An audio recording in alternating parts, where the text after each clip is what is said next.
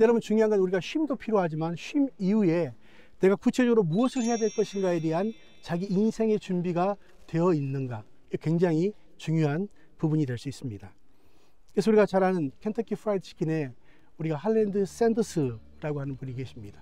이분은 여러분 잘 아시는 것처럼 세계적인 체인을 만들었죠. 켄터키 프라이드 치킨, KFC라고 하는. 근데 그분은 사실 65세 전까지 계속 인생의 실패를 경험하게 됩니다. 근데 참 놀라운 것은 그분이 65세에 시작을 해서 90세가 넘을 때까지 자기 일에 현역으로 일을 했다는 것이 굉장히 중요합니다. 여러분, 앞으로 이제 필요한 것은 여러분이 앞으로 시간이 가도 나이가 들어도 충분히 내가 할 수 있는 영역에 현역으로 그 일들을 할 수 있는 일을 만드는 것이 굉장히 중요하죠. 만약 그럴 수 있다면 우리는 좀 더 의미 있는 후반전을 잘 준비할 수 있게 될 것입니다. 그래서 보통 우리가 이제 그런 말을 합니다. 우리가 등산에 가보시면 올라갈 때 사고 많이 납니까? 내려올 때 사고 많이 납니까? 네, 대부분 내려올 때죠. 올라갈 때는 대부분 사람들이 사고 난 경우가 없습니다. 왜? 어떤 목표를 향해서 가기 때문입니다. 그래서 오르는 것만이 등산이 아닙니다. 그렇죠? 오르는 것만이 등산이 아닙니다. 그럼 무엇이 등산일까요? 하산도 등산이라고 하는 사실입니다. 많은 사람들이 올라가는 것만 관심이 있지만 실제적으로 우리가 올라간 다음에 나머지 시간을 어떻게 잘 마무리할 것인가를 생각하는 사람들은 그렇게 많지 않은 것 같아요. 그래서 우리가 실제적으로 올라가는 시간은 굉장히 시간도 많이 걸리고 또 힘든 시간을 겪게 됩니다. 근데 여러분, 실제로 올라간 다음에 우리가 정상에 머무르는 시간은 긴 시간입니까? 짧은 시간입니까? 예, 대부분 짧은 시간이죠. 근데 많은 사람들은 내가 여기까지 올라오는데 굉장히 힘들었기 때문에 좀 정상에 오래 머물러 있어야 되겠다. 그런 문제가 생깁니다. 왜 그럴까요? 바로 어두워지면 길을 잃고 조난당할 확률이 많아집니다. 여러분, 우리가 등산도요, 하산의 시점이 굉장히 중요합니다. 우리 인생도 마찬가지예요. 우리가 어느 정도까지 올라가고 성공하는 데까지 관심이 있지만 그 이후에 나머지 시간에 대한 자기가 어떤 계획을 가지고 갈 것인가에 대한 자기 인생의 후반부를 어떻게 준비하느냐가 사실 굉장히 중요하죠. 그래서 제가 최근에 등산을 해봤습니다. 근데 다른 때는 몰랐는데 이번에 또 새로운 걸 제가 발견하게 됐어요. 그 발견은 무엇이냐면 올라갈 때는 길이 하나더라고요. 그죠? 모든 사람들이 올라갈 때는 길이 하나지만 하산할 때는요, 내가 무엇을 선택하느냐에 따라서 선택지가 전혀 달라진다는 사실을 알게 됐습니다. 여러분, 우리가 올라갈 때는 한 길로 가셨지만 인생의 후반전은 여러분이 아직까지 선택해보지 못한, 가보지 못한 여러 가지 여러분 목적지를 향해서 갈 수 있는 선택지들이 충분히 있다는 사실이죠. 내가 지금까지 경험해보지 못한 어떤 길, 그것이 하나님께서 여러분에게 주신 길이라면 그 길을 선택하고 갈 수 있는 찬스가 우리 가운데 있다는 것입니다. 그래서 저는 여러분이 지금까지 해왔던 일도 너무 중요하지만 앞으로의 시간에 내가 무엇을 할 것인가에 대한 자기 인생의 구체적인 목적을 발견하고 그것을 끝까지 잘 완수할 수 있는 시간을 여러분이 계획하는 일이 굉장히 중요하다고 생각합니다. 그래서 보통 우리가 이제 은퇴라는 말이 우리가 스스로 우리가 물러가서 잠잠히 있다, 뭐 쉰다, 이런 개념이 은퇴라는 개념이죠. 근데 여러분, 이 영어로 보면 조금 다른 느낌이 있습니다. 영어는 무엇입니까? retire입니다. retire는 다시 플러스 타이어를 갈아 끼운다 라는 개념이죠.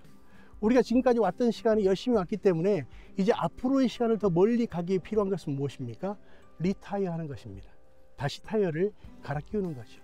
그래서 오늘의 주제도 무엇입니까? 우리의 은퇴를 리타이어 시켜라. 우리의 은퇴를 리타이어 시켜라. 이 말은 무엇입니까? 리타이어, 은퇴를 시키라는 말이 아니라 더 오히려 멀리 갈 수 있는 준비를 하도록 우리가 준비되는 것이 필요하다는 것을 의미하는 것이죠.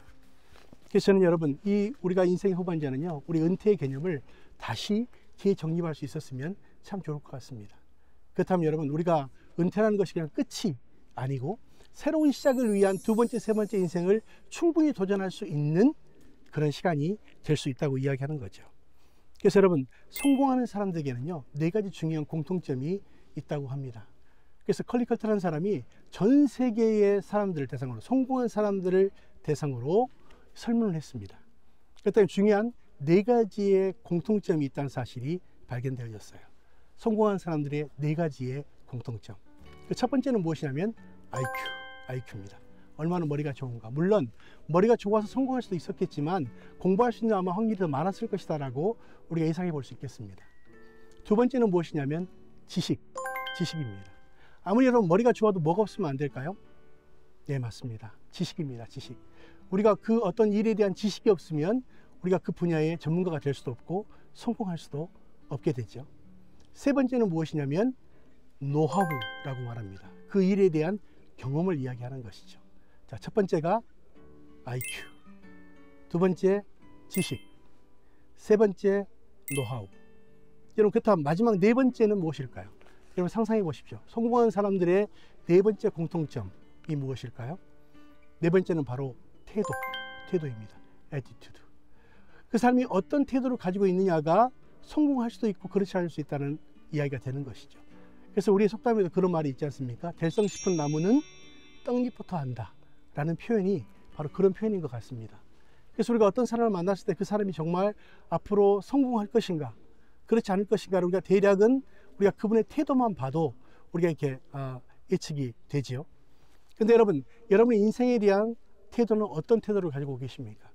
그냥 열심히 살고 또 그러다 보면 막연히 잘 될 것이다 라는 그런 태도를 가지고 계십니까? 아니면 내가 정말 인생을 더 구체적으로 준비하고 어떤 삶을 살 것인가를 구체화하고 그것을 액션 플랜을 함을 통해서 그것을 이루어가는 과정을 우리가 경험하게 되는가? 그래서 전혀 다른 문일 것입니다. 그래서 이제 필요한 것은 여러분, 성공한 사람들의 네 가지 공통점 중에 가장 중요한 태도, 이 태도를 우리가 잘 배우는 것이 저는 굉장히 중요합니다. 그래서 인생 후반전에 우리 그 은퇴를 리타이어 시키기 위해서 가장 필요한 건 무엇이냐면 평생 현역으로 사는 법을 발견하는 것이라고 말합니다. 여러분, 평생 현역은 무엇입니까? 나를 누가 고용해 주어서 일하는 것이 아니라 스스로가 내가 죽을 때까지 가야 될 자기의 인생의 목표도 또 어떤 그 달란트도 우리가 경험하게 되는 것을 의미하는 것이죠. 여러분, 수많은 사람들이 일단 어느 정도의 시간이 지나면 나는 이제 인생의 끝이라고 생각하는데 결코 그렇지 않습니다.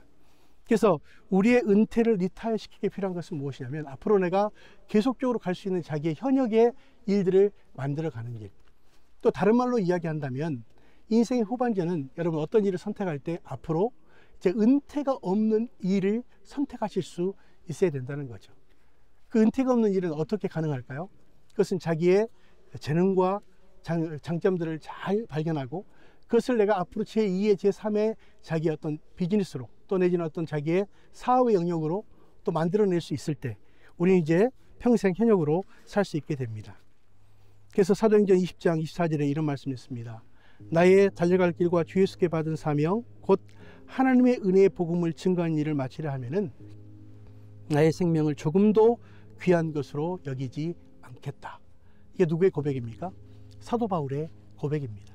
그는 나의 부르실 때까지 정말 달려가야 될 분명한 자기 인생의 목표를 가지고 그 일에 목숨을 걸었다라고 이야기합니다. 여러분, 세상에 그 일에 자기 자신의 모든 것을 거는 사람을 이길 수 있는 방법은 없어요. 이것이 다른 말로 이야기하면 사명입니다. 여러분, 이 사명은 무엇입니까? 영어로 콜링을 의미하는 것이죠. 여러분이 이 땅에 오실 때 하나님 부르신 분명한 부르심과 내가 이 땅에 마칠 때까지 가야 될 여러분의 콜링, 부르심이 무엇인가? 요한복음 1장 6절에 보면 하나님께로서 보내심을 받은 사람이 났으니 곧 그 이름은 요한이라 라고 말씀하십니다. 여러분, 요한은 하나님께로부터 보내심을 받았어요. 여러분, 하나님께서 보내심을 받을 때 우리에게는 분명한 사명이 있죠. 여러분도 마찬가지입니다. 우리 한 사람 한 사람이 그냥 온 존재가 아니라 분명하게 하나님 주신 사명이 있다라고 이야기합니다.